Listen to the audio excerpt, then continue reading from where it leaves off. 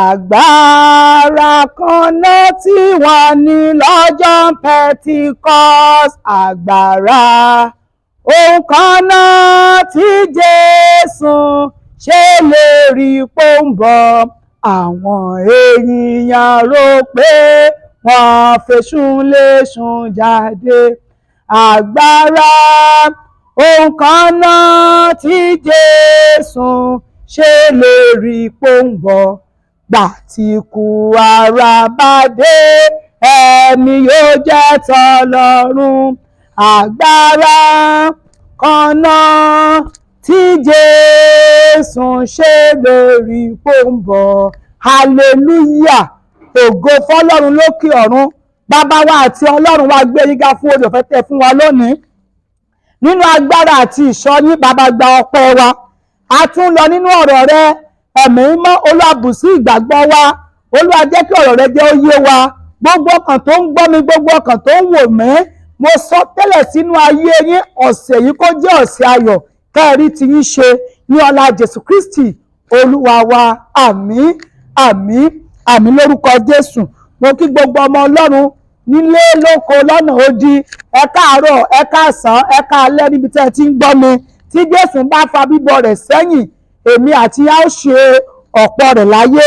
Amen. Ọ̀rọ̀ náà ta fẹ́ gbé yẹ̀wò lónìí, mo pè ní ìyàtọ̀ tó wà láàrin ẹ̀mí mímọ́, ẹ̀bùn ẹ̀mí àti ìpè. Àwọn ẹlòmíì ti kó gbogbo rẹ̀ papọ̀. Ẹ̀mí mímọ́, ẹ̀bùn ẹ̀mí àti ìpè.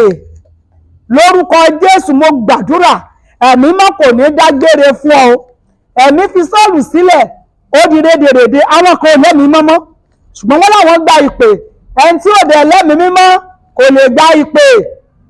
Àwọn kan ẹ̀bùn náà ń lò náà sọ ọ́ di ìpè, wọn àti ẹlẹ́mìí mímọ́. Lórúkọ Jésù a ò ní ṣe lásán. Ẹ jẹ́ a bọ́ sórí ẹ̀mí mímọ́. Kí ni ẹ̀mí mímọ́ gangan? Iṣẹ́ wo ni ẹ̀mí mímọ́ ń ṣe? Agbára wo ni ẹ̀mí mímọ́ ní? Gbogbo èèyàn láyé tí ò bá ti ní ẹ̀mí mímọ́ òkú ni. Oníwọ wòlíì àbí owó olùdásílẹ̀ òní ẹ̀mí mímọ́, ó kàn ń ṣe lásán, èmi àti àní ṣe lásán. Ẹ jẹ́ á wo Ìṣe àwọn Àpọ́stélì orí 1 ẹsẹ̀ 8. Ṣùgbọ́n ẹ̀yin ò gba agbára nígbà tí ẹ̀mí mímọ́ bá bà lé yín, ẹ ó sì máa ṣe ẹlẹ́rìí ní Jerúsálẹ́mù àti ní gbogbo Jùdíà àti ní Samaria títí dé òpin ilẹ̀ ayé. Ẹ̀yin yóò gba agbára nígbà tí ẹ̀mí mímọ́ bá bà lé yín. Níbo ló ti rágbára? Nígbà tẹ́mi náà ò tí ì bà lé ọ, tó ò tí ì ní ẹ̀mí mọ́ Ọlọ́run.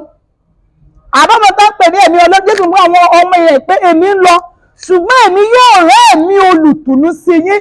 Ẹ jẹ́ ọgbọ́n nípa Bàbá, Ọmọ àti ẹ̀mí mọ́. Ní ayé àwọn bàbá wa Ádámù àti Éfà, bàbá ń ṣiṣẹ́, orí wọn ló máa dígbà sọ̀kalẹ̀ ní ìtura ọjọ́. Á bá wọn sọ̀rọ̀ lójú korojú. Kété tí ẹ̀ṣẹ̀ ti dé, Genesis orí 3 nìyẹn, ó kórìíra ẹ̀ṣẹ̀, ó ti padà sí ọ̀hún.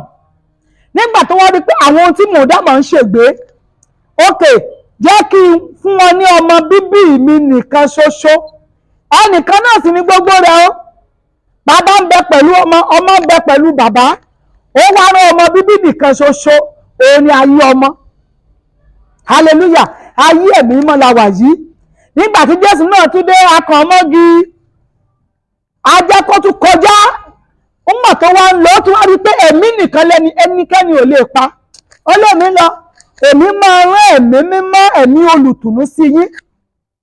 Ẹ̀mí olùtùnú, ṣùgbọ́n ẹ̀yin máa gbádà gba agbára o. Ó dìgbà tí ẹ̀mí mọ́ bá bà lé yín. Kí là ń pè lẹ́mìí mọ́? Ẹ̀mí tó ń tọ́ ni. Ẹ̀mí mọ́ làgbà ohun gbogbo. Bó o bá ní ìpè, bó o bá ní ẹ̀bùn bá sẹ́mi mọ́, irọ́ ni. Ẹ̀mí ló máa ń darí, ẹ̀mí ló máa ń sọ, ló máa wí fún ọ pé wí ní àkókò, mọ́ì tí ì sọ, mọ́ì tí ì jòkó, dìde, máa lọ. Ẹ̀mí mọ́ Ọlọ́run nìyẹn. Ẹ̀mí mọ́ ló máa sọ fún ẹ pé mọ́ da aṣiwèrè lóhùn kó mọ́ dàbí rẹ o. Ẹ̀mí mọ́ ló máa sọ fún ẹ pé mọ́ gbẹ̀san. Ẹ̀mí mọ́ ló máa sọ pé mọ́ ṣàgbèrè. Ẹ̀mí mọ́ ló máa sọ fún ẹ mọ́ jalè. Ẹ̀mí mọ́ ló máa sọ ọ̀gbọ̀n tó yẹ kó gbé ọ̀rọ̀ Ọlọ́run. Ẹ̀mí mọ́ ló máa sọ ọ̀gbọ̀n tó yẹ kó dá sí ọ̀rọ̀. ẹ̀mí ló máa sọ pé má ì tí ì jẹ àbí kó o tí ì jẹ, ṣùgbọ́n nígbà tó sọ pé agbára nìwọ ní o ò lẹ́mìí mímọ́, irọ́ ni o. Ìyà tó wà wọ́n sì ń fẹ́nu ba ẹ̀mí mímọ́ lọ́wọ́lọ́wọ́. Ẹlòmíràn lóhun lẹ́bù ẹ̀mí kò lẹ́mìí mímọ́, ó ń gorí òkè, ó ríran, ó ń sọ tẹ́lẹ̀, ṣùgbọ́n bá débi ìjà, àgbèrè, ìṣekúṣe, olè, ojúkòkòrò, bíba tẹni jẹ́, tẹ̀m̀bẹ̀lẹ̀kù, àìnífẹ̀ẹ́, oníkúpani, alágídí, ẹ̀mọ̀ ìbámbẹ̀. Ó dẹ̀ máa sọ pé èmi máa ń gbòòwò ríran, irọ́ ni. Ó dìgbà tó o bá ní ẹ̀mí mímọ́ kó o tó lè gbàgbára ohun tí à ń sọ yìí. Hallelujah, amen. Ẹ jẹ́ á wo ìwé Luke orí 24 ẹsẹ̀ 48 to 49. Ẹ̀yin sì ni ẹlẹ́rìí nǹkan wọ̀nyí, sì kíyèsí, mo rán ìlérí bàbá mi sí yín, ṣùgbọ́n ẹ jókòó ní ìlú Jerúsálẹ́mù tí a ti fi agbára wọ̀ yín láti òkè ọ̀run wá. Ẹ̀mí mímọ́ là ń sọ nípa rẹ̀. Ẹ̀mí mímọ́ là ń sọ nípa rẹ̀. Ẹ jókòó tí èmi yóò fi rán agbára ẹ̀mí mímọ́ mi láti òkè wá. Ẹ jókòó, ẹ gbóhùn mi. Nígbà tí Jésù wà pẹ̀lú àwọn ọmọ ẹ̀yìn ẹ̀, ẹ̀mí mímọ́ gan ò sí. Jésù ló ń gbàdúrà, wọ́n ti ń sùn. Nígbà tó dé ó jí wọn, lè bá mi ṣúná fún ìṣẹ́jú kan. Ó tún dé lẹ́ẹ̀kejì, wọ́n tún sùn. Nígbà tí ò sí ẹ̀mí mímọ́, yẹ wọn ò ṣí. Ó tún padà, lè bá mi ṣúná fún ìṣẹ́jú kan. Iṣẹ́ ẹ̀mí mímọ́ nìyẹn o. Nígbà tó di ẹ̀kẹta kan, wọ́n ní ẹ máa sùn wàyí torí àkókò mi ti dé. Ẹ̀mí mímọ́ ló máa ń tọ́ wa. Ẹlòmíì ò ti ẹ̀lẹ́bù ẹ̀mí, ẹlòmíì gan ò ní pè, ṣùgbọ́n ó ní ẹ̀mí mímọ́. Ẹ̀mí mímọ́ ń bẹ lára rẹ̀. Ẹ̀mí mímọ́ ń bẹ lára rẹ̀. Á wòye àwọn nǹkan mi, á mọ̀ pé yes, irọ́ ni eléyìí. Ẹ̀mí mímọ́ ló máa sọ pé jẹ́ni tẹ́ ń wò yìí kò sí nǹkan kan ń bẹ, irọ́ ni. Ẹ̀mí mímọ́ ló máa sọ pé ṣé ẹ̀dẹ́ tẹ́ ń wò yìí no, ọmọ mi ni. Ẹ̀mí mímọ́ ni àgbà, wọ́n ní ẹ̀mí fi Sọ́ọ̀lù sílẹ̀, ó dìde dèdèdè. Ìwọ tó ń gbọ́ mi, ó ní dìde dèdèdè lórúkọ Jésù. À ń sọ nípa ẹ̀mí mímọ́.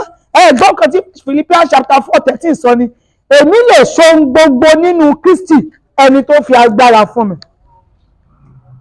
Èmi lè ṣohun gbogbo nínú Kristi ẹni tó fi agbára fún mi. Kò sí ẹni tó jẹ́ ti Kristi kó sọ pé ẹni ìfibú ni Kristi láéláé.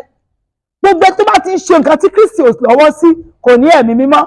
Wọ́n ní ìyá àdúrà rẹ̀ dẹ̀ pera yín, àbá àdúrà rẹ̀ dẹ̀ pera yín. Owó tí wọ́n gbọ́dọ̀ bá lọ́wọ́ ọmọ ìjọ, wọ́n bá lọ́wọ́ ìyá àdúrà, wọ́n àbá àdúrà wọn. Bàbá ẹ̀ ti sọ ẹ̀mí mímọ́ nù, ìyá ẹ̀ ti sọ ẹ̀mí mímọ́ nù. Kò ní ẹ̀mí mímọ́ nítorí ohun tí ò yẹ kán bá lọ́wọ́ rẹ̀ náà bá. Ohun tí ò yẹ kán bá lọ́wọ́ rẹ̀ náà bá. Kò ní èso ẹ̀mí kankan, ẹ̀bùn nìkan ló gbé dání. Hallelujah. So ẹ̀mí mímọ́ nìyẹn ló máa tọ́ ọ, ẹ̀mí mímọ́ ló máa jẹ́ kó máa gbé ìgbésẹ̀ ti Kristi. Ní òní jẹ́ kó o ṣì wí. Hallelujah. Ẹ já wa sọ nípa ẹ̀bùn ẹ̀mí. Ẹ̀bùn ẹ̀mí ó ní ẹlòmíì sọ di ìpè lákòókò yìí. Tó bá ti gorí òkè 7 days, ó ti ní pè. Kò lẹ́mìí mímọ́ gan o. Abájọ, ó ní àwọn tó ń ṣe wọ́n dàbí wọn. Bó lórí ìjọba ṣe rí làwọn ọmọ ìjọ ẹ ṣe mọ́ rí. Ìgbé ayé tó lórí ìjọba ń gbé lọ́kùnrin lóbìnrin làwọn ọmọ ìjọ ẹ̀ náà máa gbé. Àìmọye torí àtijẹ àtimu. Èmi tẹ̀lé àwọn wòlíì gan kọjọ́ lórí ìjọ ń gbà míì. Wọ́n máa sọ fún ẹlẹ́mìí pé ìgbà ló máa gorí òkè ká bá lè rí owó. Wọ́n sọ ẹ̀mí mímọ́ nù. Ẹni tó bá gorí òkè náà máa gorí òkè. Téyẹ èrò bíi 5-6 àti wa tó náà máa ti sọ̀kalẹ̀. Alẹ́ dá ìjà lóò ní pé èyí la fẹ́ sọ lẹ́nìí. Ìyàtọ̀ láàrin ẹ̀mí mọ́ ẹ̀mí Ọlọ́run. Ó ní ẹ̀mí Olúwa Jèhófà ó ń bẹ lára mi. Ẹ̀mí Olúwa Jèhófà ó ń bẹ lára mi tó ló fi àmì òróró ó fi yàn mí. Ẹ̀mí Olúwa Jèhófà. Àkọ́kọ́ ní òun ní ìrìbọmi. Bàbá sọ nípa ọmọlẹ́yìn, ẹ jẹ́ á sọ nǹkan mẹ́rin. Ká tó lè pè lọ́mọlẹ́yìn, ó máa ṣe kí ni? Ó máa di àtúnbí. Àtúnbí ni pé ó máa ronúpìwàdà. Lẹ́yìn ronúpìwàdà, ó máa ṣe ìrìbọmi. Lẹ́yìn ìrìbọmi, ó máa jó jalẹ́ Olúwa. Lẹ́yìn jalẹ́ Olúwa, ó máa ṣe ìrìbọmi ti ẹ̀mí. Ṣùgbọ́n ó wà ní kankan ní gbogbo ìta ń sọ yìí, ó wá sọ pé wọ́n ọmọ lẹ́yìn bó ṣe rí nìyẹn. Ó lè dá ìpè láì ṣe pé o ní ẹ̀mí mímọ́. lórúkọ Jésù àrí ọwọ́ Ọlọ́run. Ẹ jẹ́ á wo 1 Corinthians chapter 12 verse 1. Ìwé Kọ́ríńtì kìíní orí 12 ẹsẹ̀ kìíní. Ǹjẹ́ ní ti ẹ̀bùn ẹ̀mí ará, èmi kò fẹ́ kí ẹ̀yin kó jẹ́ òpè. Olóríjọ tí ò ní ẹ̀bùn ẹ̀ tí ò lẹ́mìí mímọ́ ó máa jẹ́ òpè ní ti ẹ̀bùn ẹ̀mí o. Torí gbogbo àwọn ẹlẹ́mìí tán bá ń wọnú ìjọ wọn lásọtẹ́lẹ̀ ló máa wẹ́kọ̀, nítorí kò ní ẹ̀mí mímọ́, kò mọ̀ èyí tó rí, kò mọ̀ èyí tí ò rí. Ẹni tó ní wọ́n dẹ̀ ń sọ pé gbọ́ gbogbo ẹ̀yin ènìyàn, ǹjẹ́ ní ti ẹ̀bùn ẹ̀mí mi ò fẹ́ kẹ́ ẹ jẹ́ òpè. Ìgbà wo la ò ní jẹ́ òpè nígbà tá a ti sọ ẹ̀mí nù? Ẹlòmíràn máa di á kàn máa sọ̀rọ̀ nígbà tí wọn ò ní ẹ̀mí wa ní ohùn Ọlọ́run ni ẹ̀mí wà lára rẹ̀ nígbà tí wọn náà jẹ́ òpè. Ó ní mi ò fẹ́ kẹ́nikẹ́ni ó jẹ́ òpè ní ti ẹ̀bùn ẹ̀mí. Àwọn aṣọ tí ẹ̀bùn ẹ̀mí jẹ́ tẹ́lòmíràn ń sọ di ìpè lónìí tí ò bẹ̀ lẹ́mìí mímọ́. Hallelujah. Ẹ jẹ́ á wo 1 Corinthians náà, màá bẹ̀rẹ̀ láti orí 12 yẹn láti ẹsẹ̀ 4. Ẹ jẹ́ á jọ gbé yẹ̀wò. Ẹsẹ̀ 4 sọ pé ǹjẹ́ onírúurú ẹ̀bùn ni ó wà, ṣùgbọ́n ẹ̀mí kan náà ni o. Onírúurú ẹ̀bùn ló ń wà, ẹ̀mí kan náà ni. Onírúurú iṣẹ́ ìránṣẹ́ ni ó sì wà, Olúwa kan náà sì ni. Tó bá dé pé lóòótọ́ Olúwa kan náà sì ni, tó jẹ́ ẹ̀mí ti Kristi kan náà ni, báwo ṣe máa sọ ẹ̀mí mọ́nù tó máa sọ pé ó lẹ́bù? Kò ṣeé ṣe láti sọ ẹ̀mí mímọ́ nù. Àwa ló lẹ́bù. Ẹni tó lẹ́bù tó lórí ìjọ òjò lójú, tágbà òjò lójú tí ò mọ̀rọ̀ Ọlọ́run, ó kàn gbẹ́bù dání, ẹ̀mí mọ́ ti sọnù. Ẹ̀mí mọ́ ti sọnù. Bàbá ń pe ìpè sí sẹ́mínà kan ní òun ló fẹ́ ṣe sẹ́mínà, ṣèbí òun máa ríran, ó ti sọ ẹ̀mí mọ́ nù. Ẹni tó ní ẹ̀bùn ẹ̀mí, ìfèdèfọ̀, ìtumọ̀, àlá, ìgbóhùn, ìmọ̀ ẹ̀mí yàtọ̀, ṣùgbọ́n tí ò ní ẹ̀mí tó kórìíra ọ̀rọ̀ Ọlọ́run, ó ti sọ ẹ̀mí mọ́ nù. So ẹ̀bùn lẹ́lòmíì gbé dání, kòròfo dẹ̀ ní. Lórúkọ Jésù a ò ní di kòròfo. Ẹsẹ̀ 4, onírúurú iṣẹ́ ni ó sì wà, ṣùgbọ́n Ọlọ́run kan náà ni ẹni tí ń ṣe gbogbo wọn nínú gbogbo wọn.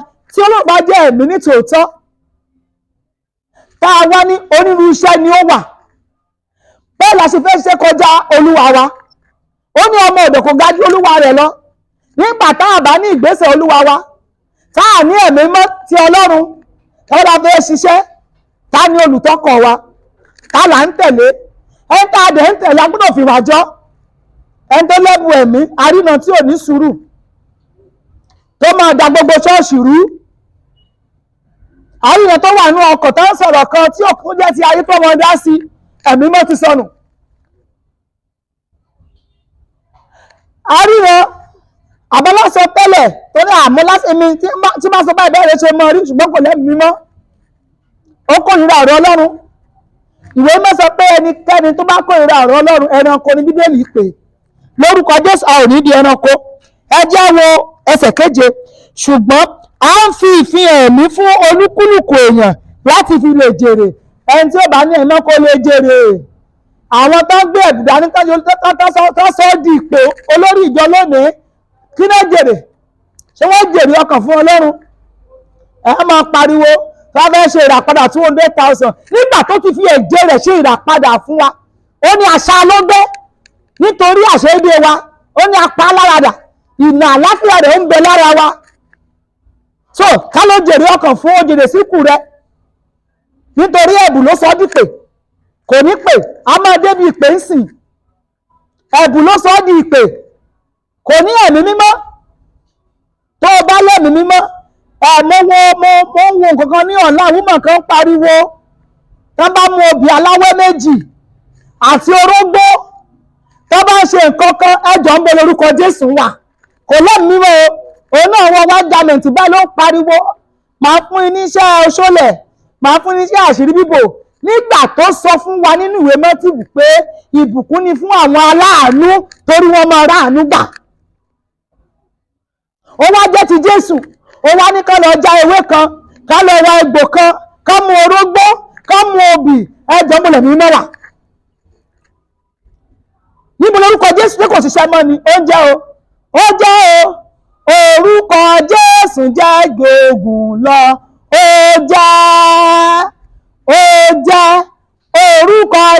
Jésù jẹ́ jogún lọ. Amen.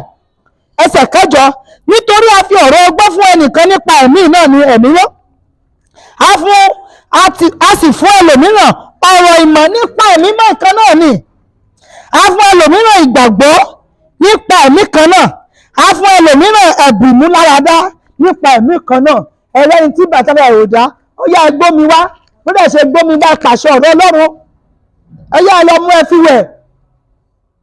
Ara àdẹ̀dá ẹ̀mí Ọlọ́run kan náà ni o. Ẹlòmíràn ìgbàgbọ́ bí ìjì bá ń jà á máa sọ pé atẹ́gùn nítorí pé mo mọ Kristi mi. Ọba mi tó bá ìjì wí tó ní ìwọ ìjì dákẹ́jẹ́, ẹ̀mí mọ́ ni o. So bá àbá lè tẹ̀lé ẹ̀mí mímọ́, tá a tún wá wá nǹkan míì kún orúkọ Jésù, irú èèyàn bẹ́ẹ̀ ń ṣe lásán.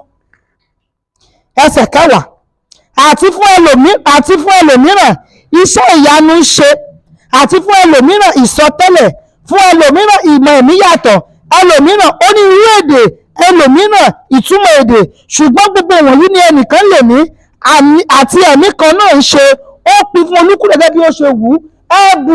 Ẹni tó bá fún ẹlẹ́bù lè gbà padà. Ẹni tó bá fún ẹlẹ́bù ó lè gbà padà. So ẹ má jà máa gbé ẹ̀bùn nìkan kárí, ẹ jẹ́ á mọ ọ̀rọ̀ Ọlọ́run ká dẹ̀ mọ ẹ̀mí mọ́ Ọlọ́run. Ẹ jẹ́ á gbà mímọ́ láàyè kó máa tọ́ wa. Ẹlòmíràn báyìí torí ó lẹ́bù á máa fi ògo fún ara rẹ̀.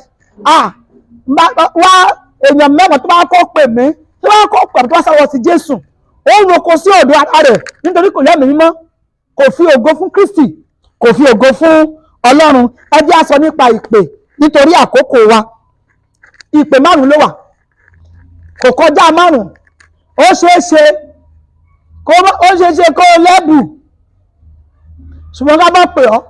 Ó yẹ kó lẹ́mìí mímọ́, ká má pè ọ́. Ọ̀tọ̀ ní ìpè, gbogbo èèyàn kọ́ la pè. Gbogbo èèyàn kọ́ la pè.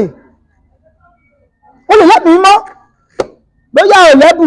Tí ọ̀la nìkan náà ló ní ara ẹ̀bù náà ni, aláyé náà ara ẹ̀bù ni. O ò ní sọ tẹ́lẹ̀, ṣùgbọ́n ẹ̀mí mọ́ ju gbogbo ẹ̀ lọ. Ẹ̀mí mọ́ ju gbogbo ẹ̀ lọ. Owó lè lẹ́mìí mímọ́, kó mọ́ lẹ́bù, ká má pè ọ́, ṣùgbọ́n jẹ́ ti Kristi.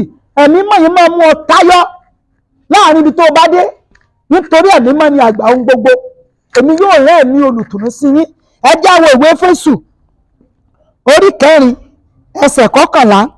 Ó sì fi àwọn kan fúnni bí àpọ́stélì, àti àwọn mìíràn bí wòlíì, àti àwọn mìíràn bí evangelist, àti àwọn mìíràn bí olùṣọ́ àgùntàn, àwọn mìíràn bí olùkọ́ni. 5 ni. Àti ẹ̀rẹ́ evangelist mọ́, àti ẹ̀rẹ́ àwọn olùkọ́ni mọ́, àwọn kan ò ti fẹ́ ṣe àpọ́stélì mọ́. Gbogbo tí gbogbo wa lé wòlíì wọ́n ò pé wọ́n o. Èwo la pè ọ́ nínú 5? Ìpè ni ó yàtọ̀ sí ẹ̀bù. Ẹ má máa sọ ẹ̀bù di ìpè pé torí mo ti ń sọ tẹ́lẹ̀, mo ti ń interpret ní church, èmi ni mo ń gbówó lẹ̀ ní church, èmi lẹ́yìn rẹ̀ church wa. Ìgbà tí mọ́mí ṣọ́ọ̀ṣì ṣe nǹkan kan, láti ṣọ́ọ̀ṣì ṣe nǹkan kan, jẹ́ lọ rent shop. Jẹ́ kí èmi náà máa lu agogo, ṣé a pè ọ́? Ṣé a ti pè ọ́? Tá a bá pè ọ́, mo la pè ọ́ sí. Gbogbo wa náà ni wòlíì. Gbogbo wa náà ni wòlíì àti ìrájú ìrere mọ́. Wọ́n á lẹ́lòmíràn iṣẹ́ tó lágbára jù ní ẹlò ẹlò wàásù. Ẹlòkọ́ ní ọ̀rọ̀ mi. Àwọn ẹlòmíràn wọ́n ní pé ajíhìnrere ni kó lọ fún o. Ẹlòmíràn ò tiẹ̀ mọ̀ pé wọ́n á tún máa sọ fún pé ajíhìnrere ni ọ́. Láyé wòlíì ni mí, wọ́n kúrò sí wòlíì. Ṣé ìpè wòlíì la pè ọ́? Ṣé o gbọ́ òun bó lo ti gbọ́? Níbo lo ti gbọ́ òun? Ta ló ṣẹ̀rí ìpè rẹ? Kí ni ìfọ́nrán ìpè rẹ? So ẹ má jà máa sọ ẹ̀bù, ẹ má jà máa sọ di ìpè. Ẹni tó ní pè, Ọlọ́run lẹ́bù kò mọ̀ lẹ́bù mímọ́, kò mọ̀ sẹ́mi mímọ́ lára rẹ̀. Ẹ bá rí ẹni tó lẹ́bù àbí tó ní pè mìíràn tó bá wọṣọ àdúrà báyìí, gbogbo tó wọ̀ sísàlẹ̀ ló máa wò, kò lẹ́nu mímọ́ nìyẹn o. Ẹlòmíràn wọ́n ń gbé àwọn kan sì ní àkókò yìí. Ó ní ó gbowó ilẹ̀ lọ́wọ́ ọmọ ìjọ 10 ló gbowó ilẹ̀ lọ́wọ́ ẹ̀, kò bá wọn ralẹ̀, ṣé lẹ́nu mímọ́?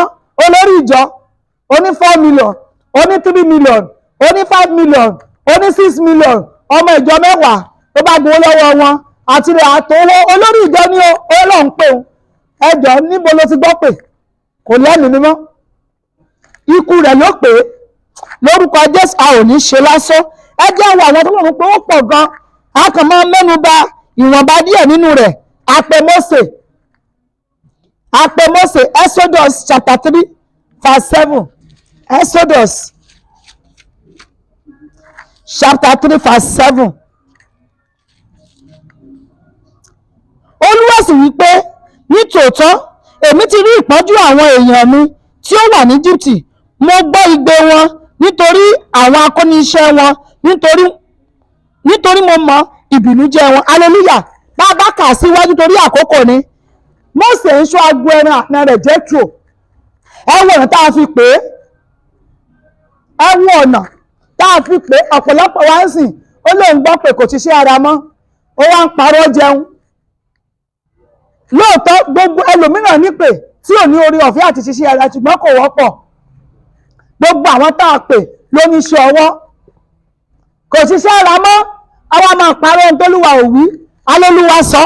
bí a bá wo ẹsẹ̀ kẹta yẹn ó ní ẹsẹ̀ kejì nínú Exodus chapter 3 yẹn áńgẹ́lì wá sì fara hàn nínú ọwọ́ ẹni láti inú àárín ìgbẹ́ sì wò kíyèsí iná ń jó ìgbẹ́ òsì run. Ọlọ́run ti di pé kí ni mo lè fi pe àkíyèsí Mósè sọ́dọ̀ mi torí ẹran ló wọ́n máa ṣọ́ kò ní fẹ́ divert jẹ́ kí n ṣe nǹkan kan tí ó lè fi kíyèsí. bí Mósè dẹ̀ ṣe lò pápá iná máa ń jó ìgbẹ́ òsì run ó ní èmi yóò kíyèsí ìran náà. bó ṣe kíyèsí bẹ́ẹ̀ lòun náà jáde. Mósè bó sálúbàtà ẹsẹ̀ rẹ nítorí ibi tó wà yìí ilẹ̀ mímọ́ ni. lẹ́sẹ̀kẹsẹ̀ Olúwa sọ pé wọ́n máa rán lọ sí àwọn èèyàn mi tí a kó ní ìgbèkùn ní Íjíbítì, èmi ti gbọ́ igbe wọn ti dé ọ̀dọ̀ mi. báwo la ṣe pè ọ́? ṣé a pè ọ́? ṣé ẹni ìpè ní ọ́ àbẹ́ni èpè àbí ikù ló pè ọ́ àbí gbogbo àníyàn ayé ló pè ọ́? bó o bá sọ ẹ̀mí mímọ́ nù o lè lẹ́bù o, bó bá lẹ́bù omi fúnra ẹ̀ tó bá dẹ̀ wá lẹ́bù má sọ ẹ̀bù rẹ di ìpè. hallelujah. bákan náà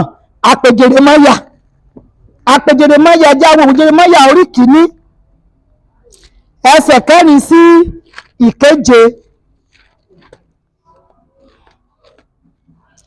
Jeremáyà orí kìíní ẹsẹ̀ 4 sí 7 ẹjẹ́ àwọn nǹkan tí ó sọ. nígbà náà ni ọ̀rọ̀ Olúwa tọ̀ mí wá wípé kí èmi kó tó dá ọ ní inú èmi ti mọ̀ ọ́, kí ìwọ kí ó tó tinú ìyá rẹ jáde wá ni èmi ti sọ ọ́ di mímọ̀. èmi sì yà ọ́ sọ́tọ̀ láti jẹ́ wòlíì fún àwọn orílẹ̀-èdè. èmi sì wí pé Olúwa Ọlọ́run wò ó, èmi kò mọ ọ̀rọ̀ sọ nítorí ọmọdé ni mí. ẹ jẹ́ a dúró níbẹ̀ yẹn. ṣé ẹ rí i pé Ọlọ́run náà ṣẹ̀rí ẹ̀ pé ká tó lóyún ọmọ ṣẹ́tẹ̀ fún wòlíì. ìpè rẹ ó máa ọmọ ìyá rẹ mọ́ rí láti gbọ́ nípa ìpè rẹ láti ẹnu àwọn wòlíì wá sọ nípa ìpè rẹ. ìwọ fún ẹ mọ́ rí nípa ìpè rẹ. ìpè dẹ̀ ní ìgbà, ó ní àkókò, ó ní ọdún, ó ní ọjọ́, and it's not how far, it's how well. ṣé a pè ọ́? a pè Jeremáyà bẹ́ẹ̀ ni a pè Samuel.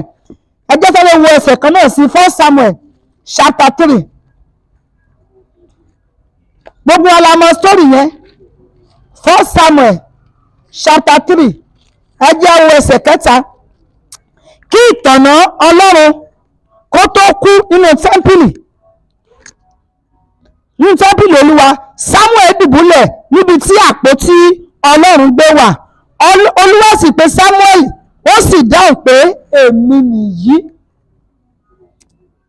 ó sáré tó Élì nígbà kò tí mọ̀ wọn Ọlọ́run.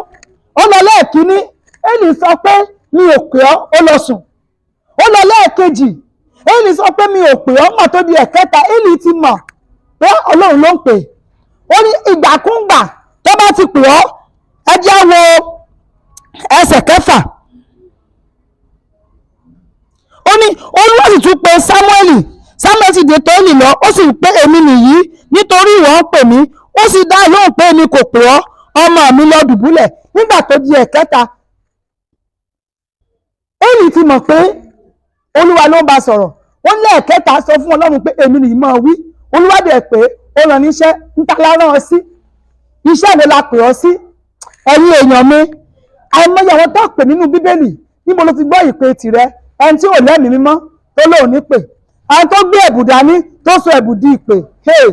Lórúkọ Jésù a ò ní ṣe lásán. ẹjẹ́ tọrọ pé fún ẹ̀mí mímọ́ Ọlọ́run, òun gángan la gbà.